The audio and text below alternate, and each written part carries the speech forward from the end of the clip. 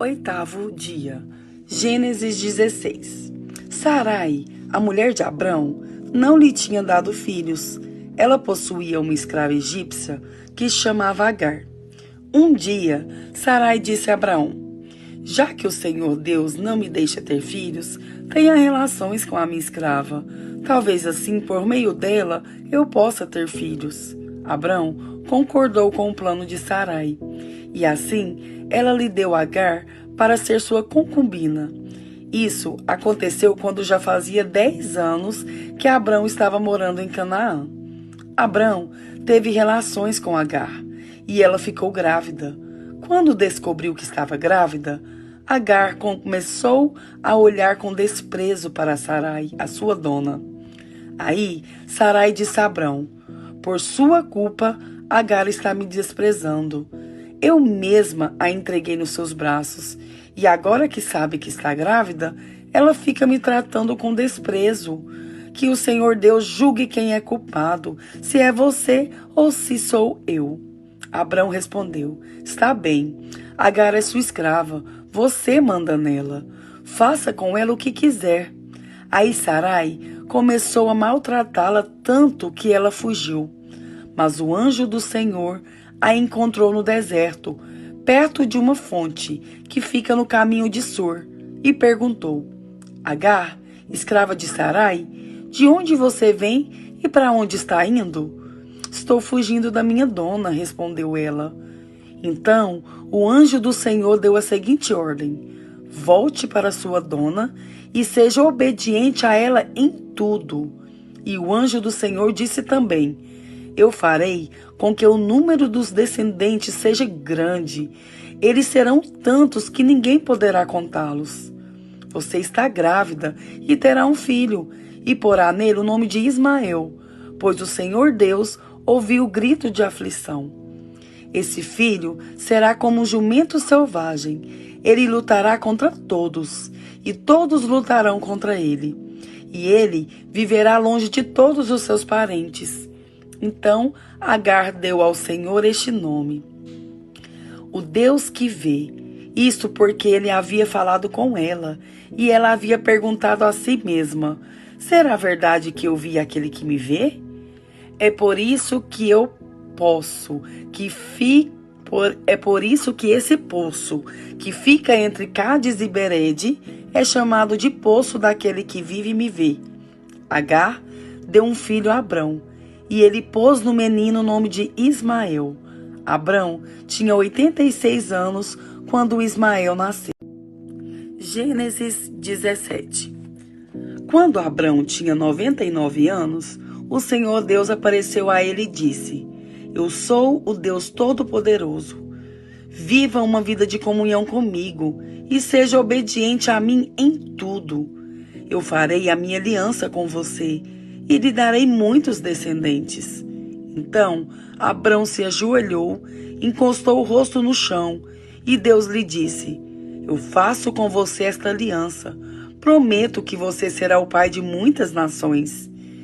Daqui em diante, o seu nome será Abraão e não Abrão, pois eu vou fazer com que você seja pai de muitas nações. Farei com que os seus descendentes sejam muito numerosos, e alguns deles serão reis. A aliança que estou fazendo para sempre com você e com os seus descendentes é a seguinte: eu serei para sempre o seu Deus, de você e o Deus dos seus descendentes. Darei a você e a eles a terra onde você está morando como estrangeiro. Toda a terra de Canaã será para sempre dos seus descendentes, e eu serei o Deus deles. Deus continuou: você, Abrão, será fiel à minha aliança, você e os seus descendentes para sempre. Pela aliança que estou fazendo com você e com os seus descendentes, todos os homens entre vocês deverão ser circuncidados. A circuncisão servirá como sinal da aliança que há entre mim e vocês. De hoje em diante, vocês circuncidarão todos os meninos 8 dias depois de nascidos, e também os escravos que nascerem nas casas de vocês, e os que forem comprados de estrangeiros, tanto uns como outros, deverão ser circuncidados, sem falta. Esse será um sinal que vai ficar no seu corpo para mostrar que a minha aliança com vocês é para sempre. Quem não for circuncidado não poderá morar no meio de vocês, pois não respeitou a minha aliança. Depois Deus disse a Abraão: de hoje em diante, não chame mais a sua mulher de Sarai, mas de Sara. Eu o abençoarei e darei a você um filho, que nascerá dela. Sim, eu a abençoarei, e ela será mãe de nações, e haverá reis entre os seus descendentes. Abraão se ajoelhou, encostou o rosto no chão e começou a rir, ao pensar assim: por acaso um homem de 100 anos pode ser pai? E será que Sara, com seus 90 anos, poderá ter um filho? Então, Abraão disse a Deus o seguinte: quem dera que Ismael vivesse abençoado por ti. Mas Deus respondeu: o que eu disse foi que Sara, a sua mulher, lhe dará um filho, e você o chamará de Isaque. Eu manterei a minha aliança com ele e com seus descendentes para sempre. Também ouvi o seu pedido a respeito de Ismael, e o abençoarei, e lhe darei muitos filhos e muitos descendentes. Ele será pai de 12 príncipes, e eu farei com que os descendentes dele sejam uma grande nação. Mas a minha aliança eu manterei com Isaque, o seu filho, que Sara dará à luz nessa mesma época do ano que vem. Quando acabou de falar com Abraão, Deus subiu e o deixou. Naquele mesmo dia, Abraão fez como Deus havia mandado. Ele circuncidou o seu filho Ismael e todos os outros homens da sua casa, incluindo os escravos nascidos na sua casa e os que tinham sido comprados de estrangeiros. Abraão tinha 99 anos quando foi circuncidado, e o seu filho Ismael tinha 13. Os dois foram circuncidados no mesmo dia. E foram circuncidados também todos os escravos de Abraão, tanto os nascidos na sua casa, como os que tinham sido comprados de estrangeiros. Romanos 8. Agora, já não existe nenhuma condenação para as pessoas que estão unidas com Cristo Jesus. Pois a lei do Espírito de Deus, que nos trouxe vida por estarmos unidos com Cristo Jesus, livrou você da lei do pecado e da morte. Deus fez com que a lei não pôde fazer porque a natureza humana era fraca. Deus condenou o pecado na natureza humana, enviando o seu próprio Filho, que veio na forma da nossa natureza pecaminosa, a fim de acabar com o pecado.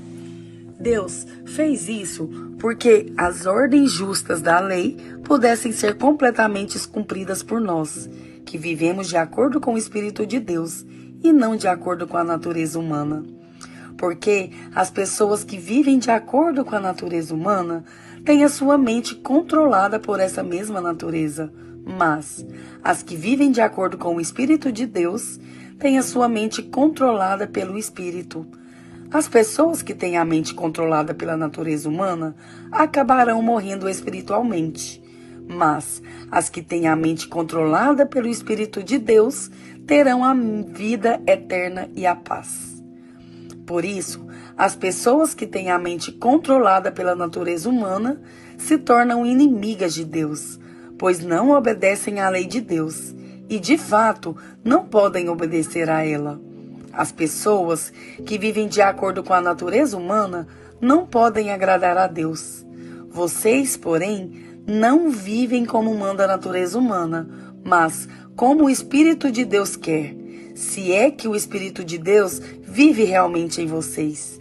Quem não tem o Espírito de Cristo não pertence a Ele. Mas, se Cristo vive em vocês, então, embora o corpo de vocês vá morrer por causa do pecado, o Espírito de Deus é vida para vocês, porque vocês foram aceitos por Deus. Se em vocês vive o Espírito daquele que ressuscitou Jesus, Então, aquele que ressuscitou Jesus Cristo dará também vida ao corpo mortal de vocês, por meio do seu Espírito que vive em vocês. Portanto, meus irmãos, nós temos uma obrigação, que é a de não vivermos de acordo com a nossa natureza humana. Porque, se vocês viverem de acordo com a natureza humana, vocês morrerão espiritualmente. Mas, se pelo Espírito de Deus vocês matarem as suas ações pecaminosas, vocês viverão espiritualmente. Pois aqueles que são guiados pelo Espírito de Deus são filhos de Deus. Porque o Espírito que vocês receberam de Deus não torna vocês escravos e não faz com que tenham medo. Pelo contrário, o Espírito torna vocês filhos de Deus. E pelo poder do Espírito, dizemos com fervor a Deus: Pai, meu Pai. O Espírito de Deus se une com o nosso espírito para afirmar que somos filhos de Deus. Nós somos seus filhos e por isso receberemos as bênçãos que Ele guarda para o seu povo. E também receberemos com Cristo aquilo que Deus tem guardado para Ele. Porque, se tomamos parte nos sofrimentos de Cristo, também tomaremos parte na sua glória. Eu penso que o que sofremos durante a nossa vida não pode ser comparado, de modo nenhum, com a glória que nos será revelada no futuro. O universo todo espera com muita impaciência o momento em que Deus vai revelar o que seus filhos realmente são. Pois o universo se tornou inútil, não pela sua própria vontade, mas porque Deus quis que fosse assim. Porém, existe uma esperança. Um dia, o próprio universo ficará livre do poder destruidor que o mantém escravo e tomará parte na gloriosa liberdade dos filhos de Deus. Pois sabemos que até agora o universo todo geme e sofre como uma mulher que está em trabalho de parto. E não somente o universo, mas nós que temos o Espírito Santo como o primeiro presente que recebemos de Deus, nós também gememos dentro de nós mesmos enquanto esperamos que Deus faça com que sejamos seus filhos e nos liberte completamente. Pois foi por meio da esperança que fomos salvos. Mas, se já estamos vendo aquilo que esperamos, então isso não é uma esperança, mais uma esperança. Pois, quem é que fica esperando por alguma coisa que está vendo? Porém, se estamos esperando alguma coisa que ainda não podemos ver, então esperamos com paciência. Assim, também o Espírito de Deus vem nos ajudar na nossa fraqueza, pois não sabemos como devemos orar, mas o Espírito de Deus, com gemidos que não podem ser explicados por palavras, pede a Deus em nosso favor. E Deus, que vê o que está dentro do coração, sabe qual é o pensamento do Espírito, porque o Espírito pede em favor do povo de Deus e pede de acordo com a vontade de Deus. Pois sabemos que todas as coisas trabalham juntas para o bem daqueles que amam a Deus, daqueles a quem Ele chamou de acordo com o seu plano. Porque aqueles que já tinham sido escolhidos por Deus, Ele também separou, a fim de se tornarem parecidos com o seu Filho. Ele fez isso para que o Filho fosse primeiro entre muitos irmãos. Assim, Deus chamou os que havia separado. Não somente os chamou, mas também os aceitou. E não somente os aceitou, mas também repartiu a sua glória com eles. Diante de tudo isso, o que mais podemos dizer? Se Deus está do nosso lado, quem poderá nos vencer? Ninguém. Porque Ele nem mesmo deixou de entregar o próprio Filho, mas o ofereceu por todos nós. Se Ele nos deu o seu Filho, será que não nos dará também todas as coisas? Quem acusará aquele que Deus escolheu? Ninguém, porque o próprio Deus declara que eles não são culpados.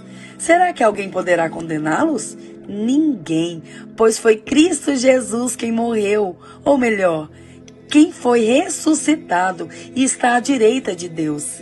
E Ele pede a Deus em favor de nós. Então, quem pode nos separar do amor de Cristo? Serão os sofrimentos, as dificuldades, a perseguição, a fome, a pobreza, o perigo ou a morte? Como dizem as Escrituras Sagradas, por causa de ti, estamos em perigo de morte o dia inteiro. Somos tratados como ovelhas que vão para o matadouro. Em todas essas situações, temos a vitória completa por meio daquele que nos amou. Pois eu tenho a certeza de que nada pode nos separar do amor de Deus. Nem a morte, nem a vida, nem os anjos, nem outras autoridades ou poderes celestiais, nem o presente, nem o futuro. Nem o mundo lá de cima, nem o mundo lá de baixo. Em todo o universo não há nada que possa nos separar do amor de Deus, que é nosso por meio de Cristo Jesus, o nosso Senhor.